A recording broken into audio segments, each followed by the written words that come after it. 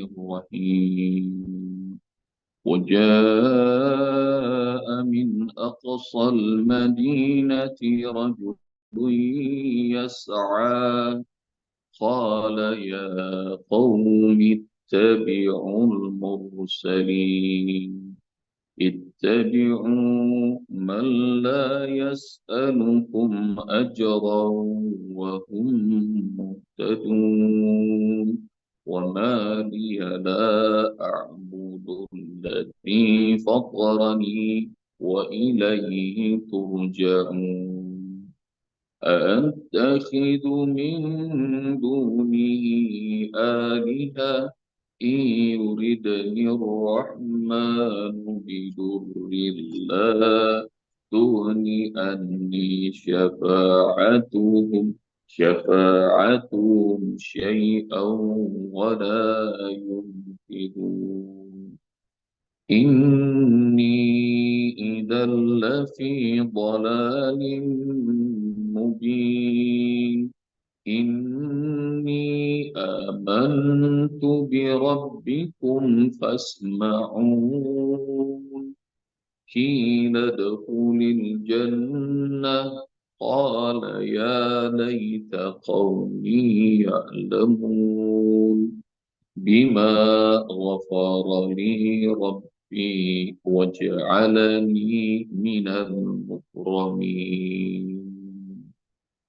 Allahumma arhamna bil Quran. Ayah bunda sekalian rahmati Allah Subhanahu wa taala.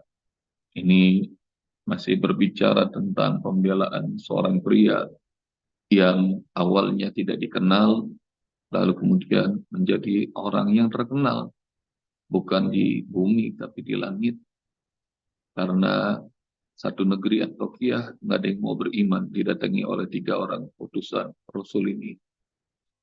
Dan Masya Allah, dia berlari-lari dari ujung kota supaya bilang kepada kaumnya, ikuti para Rasul.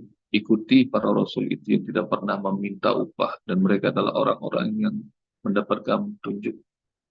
Dan kenapa aku tidak mau beribadah kepada Allah, Zat yang menciptakan aku, dan kita semua bakal kembali pada Allah.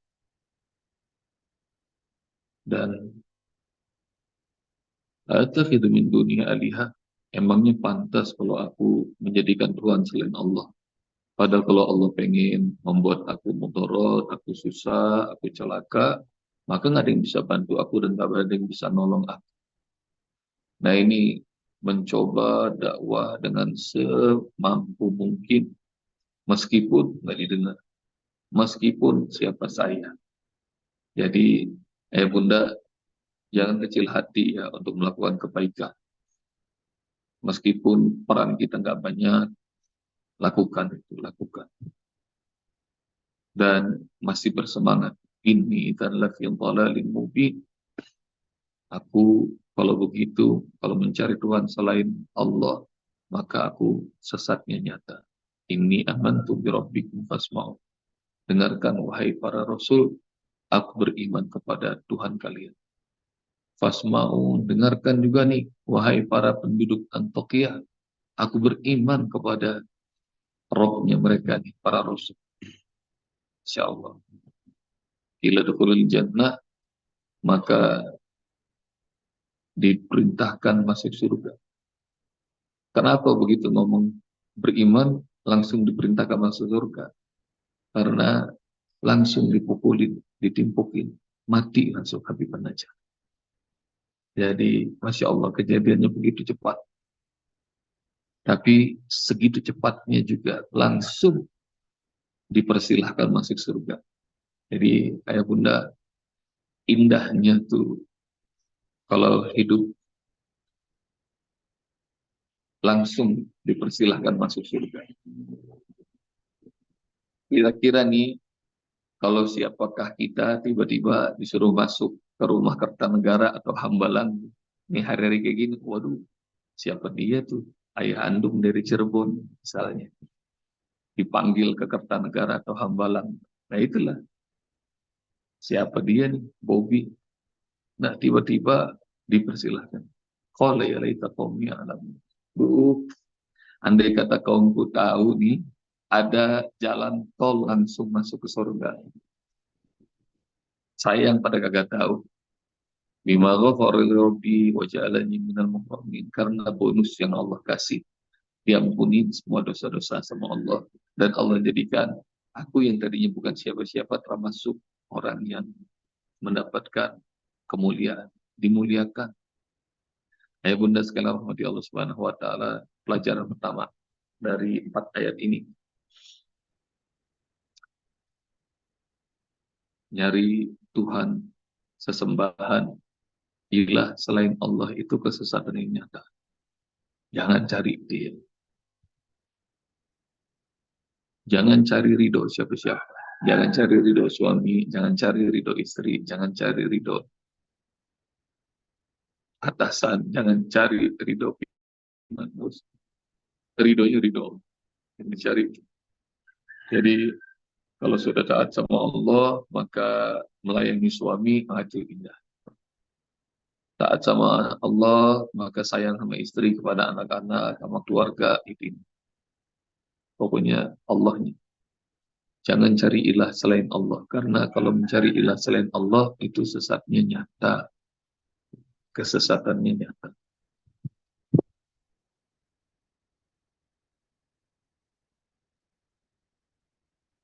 Dan poin pertama ini harus diyakini sama ayah bunda semuanya.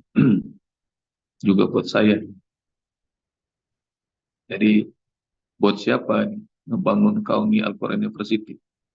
Buat nama Usbok? Bukan. Salah. Buat Allah. Buat Allah. Seperti Ibrahim alaihissalam bersama anaknya. Nanti cari ayah bunda. Dalam surah Al-Baqarah ayat 124. Sengaja nggak dikasih tahu ayatnya biar pada nyari. Wa idh yarfa'u Ibrahim al-qawa'ida minal baiti wa Ismail rabbana taqabbal minna innaka antas samiul alim. Dan tatkala Ibrahim bersama anaknya Ismail meninggikan bangunan rumah Allah Ka'bah, dan doanya Ibrahim dan Ismail membuat Allah kagum. Rabbana taqabbal minna innaka antas samiul alim. Kita sekarang banyak tuh ikuti doa itu. Ya Allah, terimalah dedikasi ini dari kami. Persembahan kami ini terima ya Allah. Engkau zat yang maha mendengar, engkau zat yang maha tahu. Jadi karena Ibrahim ini meninggikan nama Allah, membuat rumahnya rumah Allah, maka itu jadi abadi. Rumah sederhana itu yang ada di Mekah Al-Mukarramah sekarang setiap hari wajah kita hajab, kita hadapkan ke sana. Minimal 5 kali dalam sehari. Kenapa? Karena itu bukan lagi rumahnya Ibrahim yang dibangun. Itu rumah Allah karena dia berikan yang terbaik buat Allah. Kalimatnya juga jadi abadi itu. Rabbana taqabbal minna innaka antas samiul alim. Jadi ayah bunda bikin rumah tuh bukan buat kita, buat Allah. Berkeluarga juga bukan buat kita, buat siapa? Buat Allah. Dan jadi ibadah semua. Masak tuh bukan buat kita, buat Allah. Menjemput rezeki, mencari nafkah bukan buat istri, bukan buat anak-anak di rumah, bukan. Buat Allah, buat Allah. Karena kalau nggak ada Allahnya, nanti kita bakal tahu tuh sesatnya nyata, bingung sendiri. Banyak orang yang berumah tangga udah belasan tahun, segala-gala saya banting tulang, saya berikan segala-gala. Oh, rupanya saya dihianati, bahasa dihianati. Nanti sakit sendiri. Tapi kalau dia niatkan berumah tangga itu karena Allah, ini contoh rumah tangga, mau berkumpul, mau berpisah karena Allah, jadi indah. Saya ulangi kalimatnya. Kalau berumah tangga karena Allah, berkumpul dan berpisah itu jadi indah. Termasuk 7 golongan. Yang akan mendapatkan naungan Allah adalah 2 orang yang berkumpul dan berpisah karena. Jadi, jangan sampai membesarkan anak karena pengen anaknya sesuai ambisi kita. Dan begitu udah gede, anaknya malah ngelawan.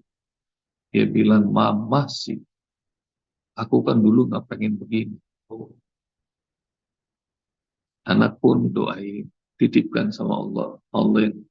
Maka apa sih kalimatnya? Nah itu, kalau mencari ilah selain Allah, sesatnya nyata. Sesatnya nyata. Mungkin selama ini, mungkin lama kita ini, orientasi hidup kita pengen buat diri kita, buat keluarga kita. Mulai sekarang enggak. Ganti ya ayah bunda. Orientasinya buat Allah. Jadi kalau kita ikhlaskan hidup, nah, karena nanti bisa kelihatan tuh hamba-hamba Allah yang ikhlas, dikasih nggak terlalu senang, diambil nggak terlalu sedih. Karena mereka tahu tuh, yang mampu memberikan dan mengambil tuh hanya Allah. Satu poinnya. Kalau ada ilah selain Allah, dia tahu sesatnya. Yang kedua, pelajaran, kalau ayah bunda punya keyakinan, proklamirkan,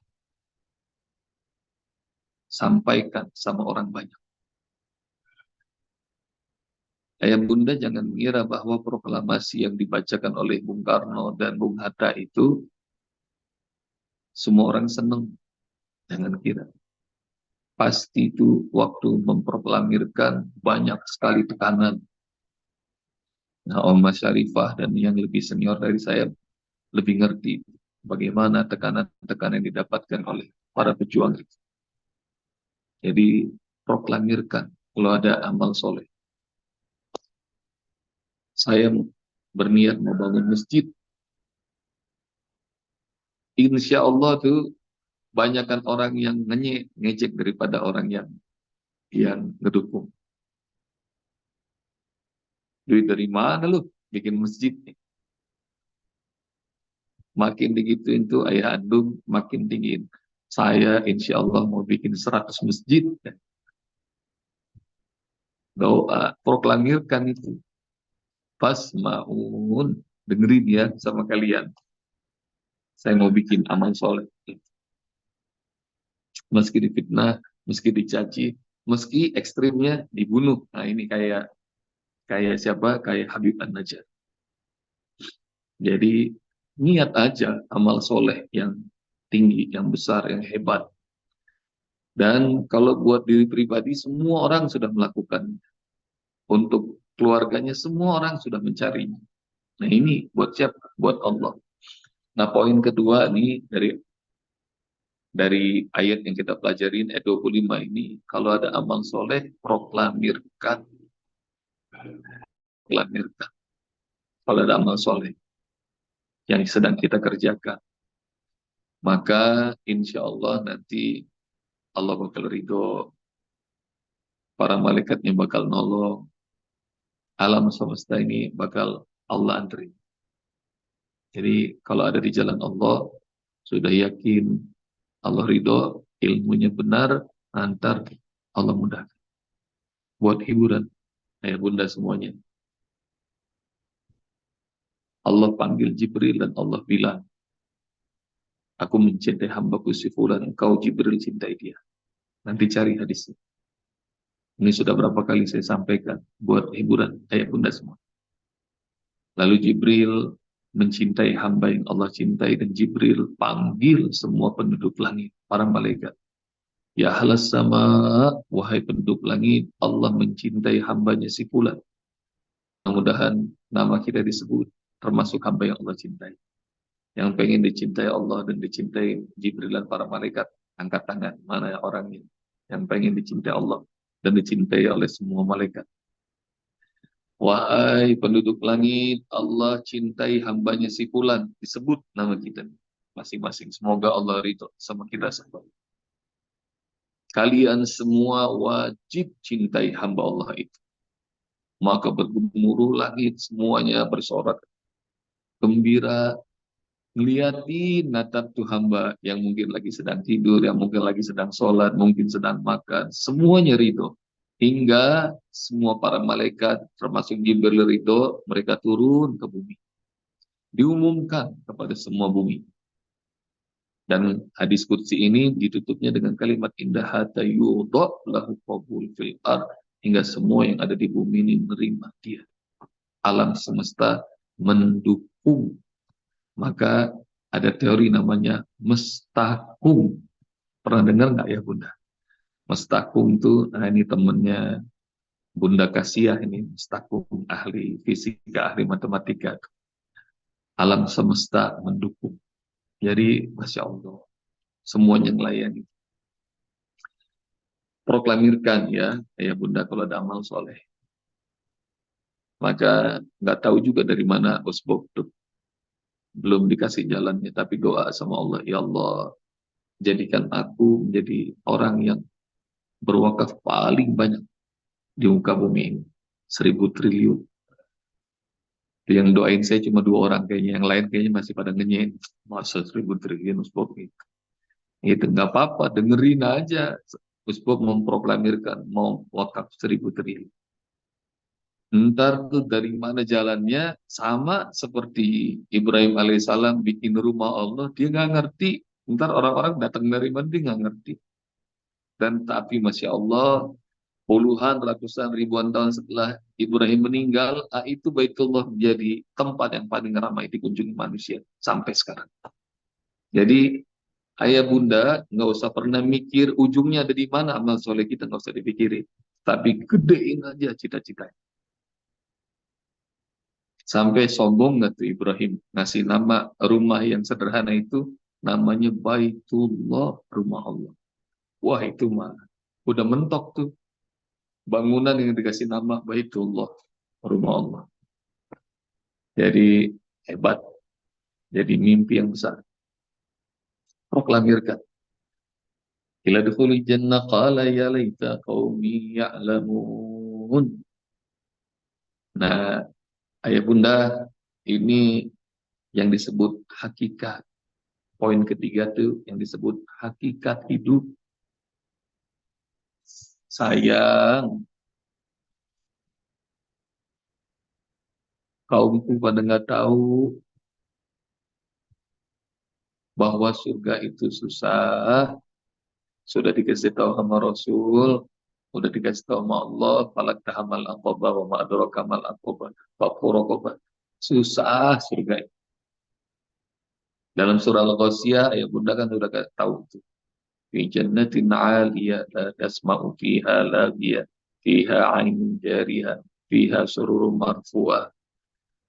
Disebut dalam ayat-ayat itu surga yang tinggi, air mengalir dari tempat tinggi ke rendah, tinggi, tinggi. Kemudian fi sururin marfu'ah, mereka duduk di dipan-dipan yang ditinggikan. Perhatikan kalimat tinggi, tinggi, tinggi disebut sama Allah. Dan menuju tempat yang tinggi itu enggak mudah.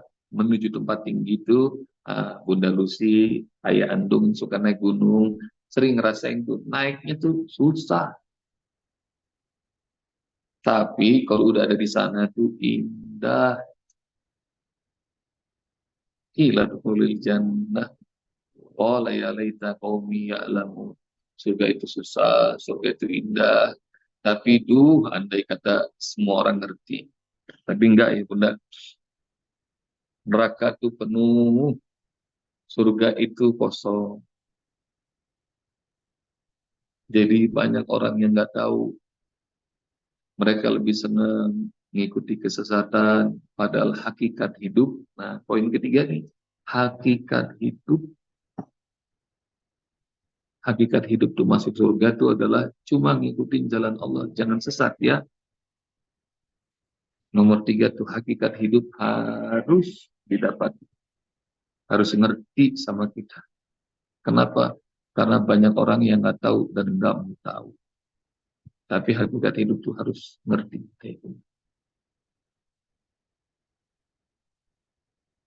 Hakikat hidup tuh kalau sakit berobat, itu hakikat hidup. Kalau sesat, jalan yang lurus. Kalau lapar, makan. Kalau ngantuk, tidur. Simple. Maka hakikat hidup itu juga sama.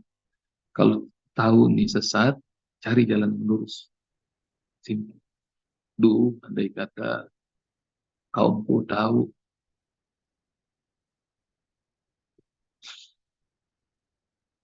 bima ghafara li rabbi wa ja'alani minal mukramin.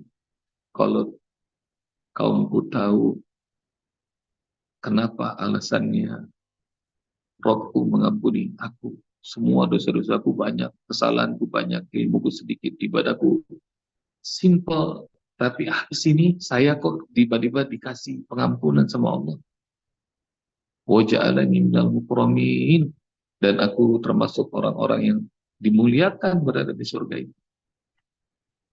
Jadi rupanya ayah bunda,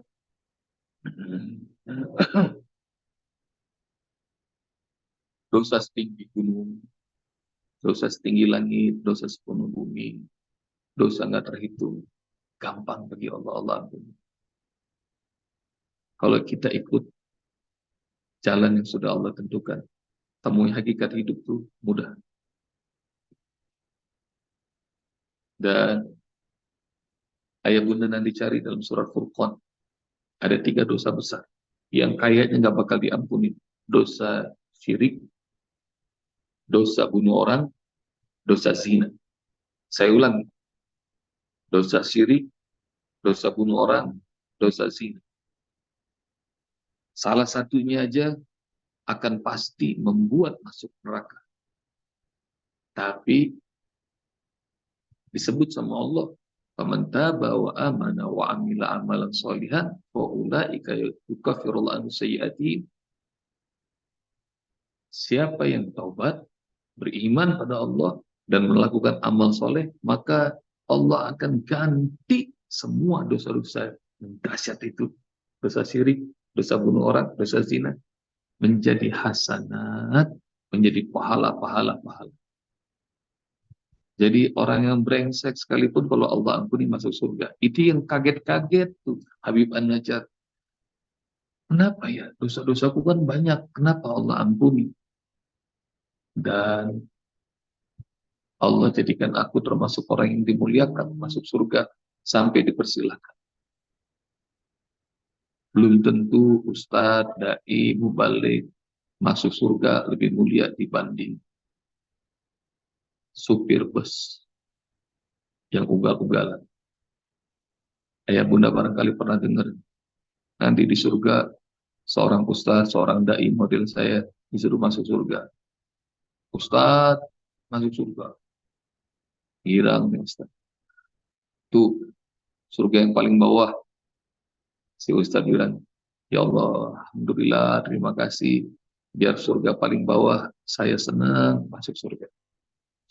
Saya dipanggil, Fulan, supir bis. Masuk surga. Oh, girang dia, masuk surga. Orang-orang pada natap, kenapa nih supir bis kok disuruh masuk surga? Padahal dulu di dunia, hampir semua orang sekelilingnya tahu nih kalau bawa bis ugal-ugalan. Begitu dia jalan menuju surga, ada malaikat surga yang tinggi, yang bagus. Surga Aden. Maka naik tuh surga yang tinggi. Si Ustadz yang tadinya di surga bawah langsung komplain. Sebentar malaikat, kayaknya salah. Kenapa saya yang ngajakin orang untuk ngaji, taklim, tausiah, surganya lebih rendah daripada supir bus? Maka kemudian malaikat bilang, Ustadz, jangan suzon. Ustadz dulu waktu di dunia, kalau ceramah orang pada ngantuk, pada tidur. Sementara itu supir bis, kalau dia bawa bis, ngebut, ugal-ugalan. Semua orang itu takbir, semua orang istighfar, semua orang nyebut nama Allah. Jadi rupanya dia bikin semua orang nyebut nama Allah, nah itu ibadah. Jadi, enggak, ini anekdot doang ya bunda. Maksud saya adalah, tuh lihat tuh, rupanya ada orang yang rasanya dulu nggak pantas masuk surga, tapi Allah muliakan segitunya. Ayah bunda nanti cari itu ya, dalam surah Al-Furqan. ngebunuh orang, sirik, zina. Salah satunya aja ngerjain, banyak yang mengklaim, oh ahli neraka. Tapi enggak. Faulaika yubaddilullahu sayyi'atihim hasanat. Allah bisa mudah mengganti dosa-dosanya, diganti sama pahala yang serba putih, serba indah. Jadi, ayah bunda, poin yang selanjutnya, yang terakhir adalah yakin ampunan Allah itu maha luas. Ya, jadi jangan pernah takut dosa kita ini berat-berat dan merasa sungkan sama Allah, malah nggak mau ke masjid, nggak mau ikut taklim, nggak mau pakai jilbab, nggak mau bertobat. Enggak. Ampunan Allah maha luas. Itu poin terakhir pagi ini. Jazakumullah ya bunda. Semoga Allah Subhanahu wa taala berkahi kita dengan Al-Quran. Assalamualaikum Amin. warahmatullahi Amin. Ya wabarakatuh. Rabbal Alamin. Waalaikumsalam.